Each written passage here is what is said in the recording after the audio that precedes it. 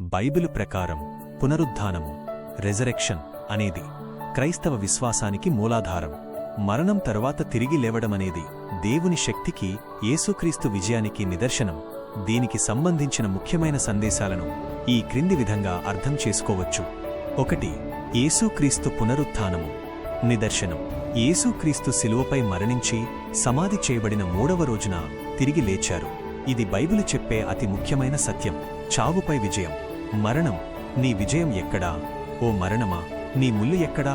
ఓ క్రీస్తు మరణాన్ని జయించి నిత్యజీవాన్ని మనకనుగ్రహించారు. దేవుని కుమారునిగా నిరూపణ. క్రీస్తు తన పునరుత్థానంతో తాను దేవుని కుమారుడనని శక్తితో నిరూపించుకున్నారు. 2. విశ్వాసులకు పునరుత్థాన నిరీక్షణ. యేసుక్రీస్తు తిరిగి లేచినట్లే ఆయనను నమ్మిన వారందరూ కూడా అంత్యదినాన పునరుత్థానులవుతారని బైబిలు హామీ ఇస్తుంది. మొదటి ఫలం, క్రీస్తు మృతులలో నుండి లేపబడెను. మృతులలో నిద్రించిన వారికి ఆయన ప్రథమ ఫలముగా ఉన్నాడు. 1 కొరింథీయులకు అంటే క్రీస్తు ఎలాగైతే లేచారో ఆయనను నమ్మిన మనము కూడా అలాగే లేస్తాము. మహిమగల శరీరము. మన ప్రస్తుత క్షయమైన నశించిపోయే శరీరానికి బదులుగా మహిమగల అక్షయమైన నశించని శరీరాన్ని మనం పొందుతాము. 3 పునరుద్ధానము ఎందుకు ముఖ్యం? నిరీక్షణ. మరణం అంతం కాదు, అది నిత్యజీవానికి ఒక ద్వారమని పునరుద్ధానం బోధిస్తుంది. ఇది మనకు గొప్ప నిరీక్షణను ఇస్తుంది. విశ్వాసానికి పునాది.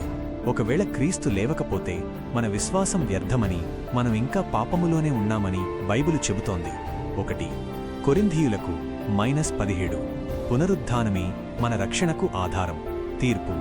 యోహాను సువార్త -29 ప్రకారం మృతులందరూ లేపబడతారు. ఒకరు జీవ పునరుద్ధానానికి, మరొకరు తీర్పు పునరుద్ధానానికి.